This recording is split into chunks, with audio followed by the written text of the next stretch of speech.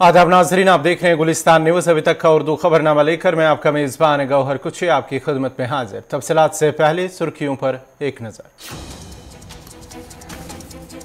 सोपोर में फौज और पुलिस की कार्रवाई, अंसार गज़वतुल हिंद के 4 बालाई वर्कर गिरफ्तार, हथियार भी बरामद करने का पुलिस का दावा।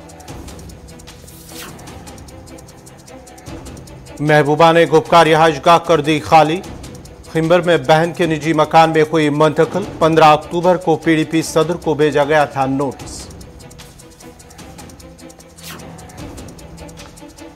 भाजपा कारपोरेटरों ने एसएमसी मेयर को हिमायत ली वापस, रुकूमत का हुआ गलत इस्तेमाल, कहा श्रीनगर की आवाम के साथ हो रही है नाइंसाफी।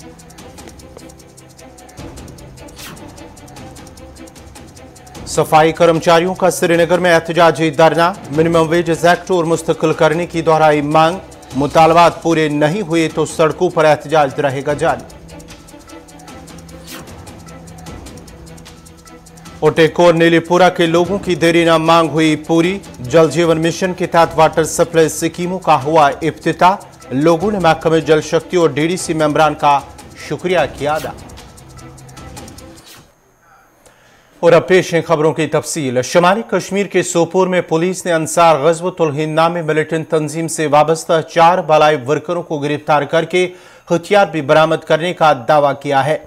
पुलिस का कहना है कि एक मुसद्दे का इतला मिलने पर पुलिस और फौज ने सोपोर में एक नाका लगाया, जिस दौरान 2 अफराद गिरफ्तार किए गए, जिनके कब्जे से एक पिस्तौल, एक मैगजीन, 10 गोलियां और 3 ग्रेनेड बरामद हुए हैं। जबकि मजीद पूछताछ के दौरान मजीद 2 बालाई वर्करों को गिरफ्तार किया गया है, जिनके कब्जे से एक पिस्तौल, एक मैगजीन, 10 राउंड गोलियों के और 11 ग्रेनेड बरामद हुए हैं। गिरफ्तार अफराद की शिनाख्त शाहपुरा श्रीनगर के रहने वाले मुश्ताक अहमद भट्ट, पटगाम के रहने वाले इशफाक अहमद शाह, बर्नाड बोनियार के अब्दुल मजीद कुमार और पटन के रहने वाले अब्दुल रशीद कुमार के बतौर हुई हैं। ताम पुलिस ने इस सिलसिले में केस दर्ज करके मजीद तहकीकात शुरू कर दी है। पीडीपी सदर और जम्मू कश्मीर की साबिक वज़ीर आला महबूबा मुफ्ती ने आज गवर्नर इंतजामिया की हिदायत पर श्रीनगर के गुपकार इलाके में अलाट सरकारी रिहाइशगाह को खाली करके वो खंबीर इलाके में अपनी बहन की एक निजी रिहाइशगाह में मुंतकिल हो गई। रवामा की 1 तारीख को महकमा स्टेटस के डिप्टी डायरेक्टर ने महबूबा की रिहाइशगाह पर नोटिस चस्पा करते हुए हिदायत दी थी कि वो गैर कानूनी तौर पर सरकारी बंगले पर काबिज है। नोटिस में लिखा था कि वो 15 नवंबर तक इस रिहाइशगाह को खाली करे। मियाद गुजरने के बाद उन्हें मजीद 15 दिनों की मोहलत दी गई थी। महकमा स्टेटस के डिप्टी डायरेक्टर ने इस नोटिस में महबूबा मुफ्ती से मुखातिब होकर कहा था कि वो जम्मू कश्मीर तंजीम नौ कानून 2020 के मुताबिक सरकार ने साबिक वज़राए आला को बगैर किराए की सरकारी रिहाइश न देने का कानून बनाया है, जिसके मुताबिक वो इस बंगले में गैर कानूनी तौर रिहाइश पजीर है। याद रहे कि महबूबा मुफ्ती श्रीनगर के 5 और सबसे महफूज इलाके गुपकार रोड पर वाक़ा इस बंगले में सन 2005 से रिहाइश पजीर थी। शख्सी दौर में तामीर किए गए इस सरकारी बंगले फेयरव्यू को सन 2005 में उनके वालिद मरहूम मुफ्ती मोहम्मद सईद को बतौर साबिक वज़ीर आला रिहाइश के लिए महकमा स्टेटस ने ऐलान किया था। वाज़ेह है कि इंतजामिया ने गुज़श्ता रोज़ जनूबी कश्मीर के ज़िला अनंतनाग के खनबल इलाके में भी वाक़ा महबूबा मुफ्ती की एक और रिहाइशगाह को खाली करने का नोटिस जारी किया है। महबूबा मुफ्ती समेत नेशनल कॉन्फ्रेंस के कई सीनियर लीडरान को गवर्नमेंट क्वार्टर खाली करने का नोटिस भेजा गया है।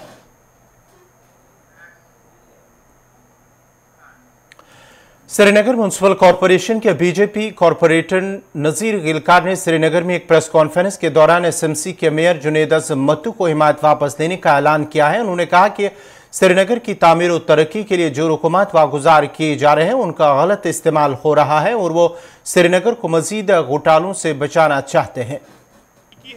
उसने बोला कि 2 पैसे के कॉरपोरेटर वो इस शहर के फादर ऑफ सिटी है, उसको मेयर को कहा जाता है फादर ऑफ सिटी।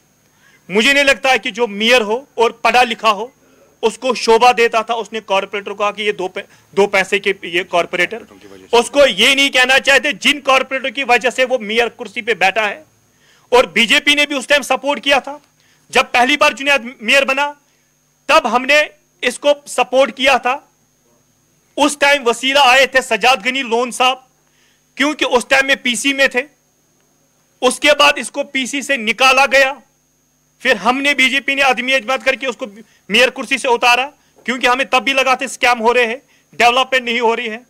उसके बाद दूसरी बार ये मेयर बना, तब वसीला आया अल्ताफ बुखारी, इसने अल्ताफ बुखारी की पार्टी ज्वाइन की, और पार्टी इसलिए ज्वाइन की ताकि मैं फिर से मेयर बनूं। उस टाइम भी बीजेपी ने सपोर्ट किया और मेयर बनाया।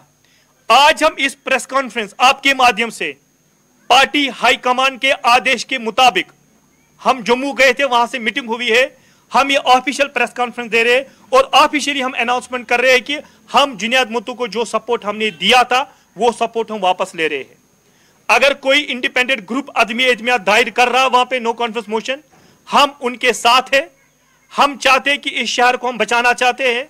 यहां पे कोई डेवलपमेंट नहीं हो रही है, हालांकि सरकार पैसा दे रहा है, सेंट्रल गवर्नमेंट से पैसा आ रहा है, हाउसिंग डिपार्टमेंट से पैसा आ रहा है, हमारे पास अपना रेवेन्यू जनरेट है, लेकिन वो पैसा मिसयूज हो गया है, वो पैसा जाया हो गया है।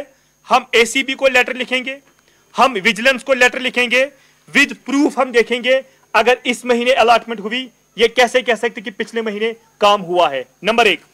नंबर 2, इन्होंने खुद ही कमिश्नर से अप्रूवल के बाद इन लोगों ने चेंज ऑफ साइट की है, वो भी एक स्कैम है। चेंज ऑफ साइट कैसे कर सकते हैं?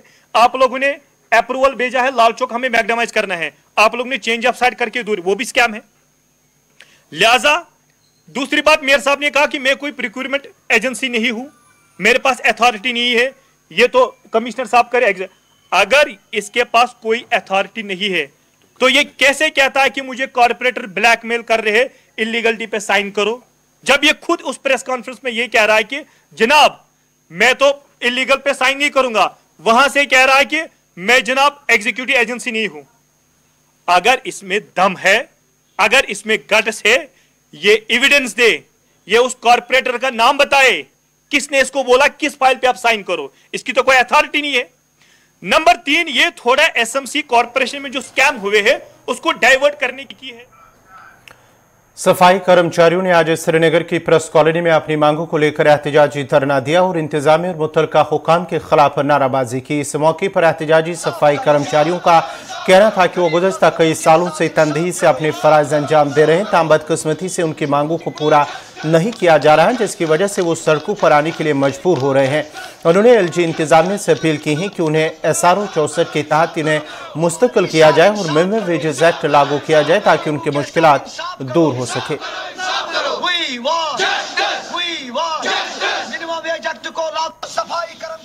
आज का ये पीसफुल प्रोटेस्ट इसलिए है कि हमने बार बार महकमा अकामत को यही मुताला किया कि हमें SRO 64 के तहत रेगुलर करो या मिनिमम वेजेस एक्ट को लागू करो, लेकिन आज तक जो हमारा मसला है वो अभी वो हल नहीं हुआ। हम मजबूर हो गई प्रेस गैलरी में आने का और हम यही मुतालबा करता है गवर्नर साहब को, प्रिंसिपल सेक्रेटरी साहब को कि मेहरबानी करके हमें गरीबों को इंसाफ दें।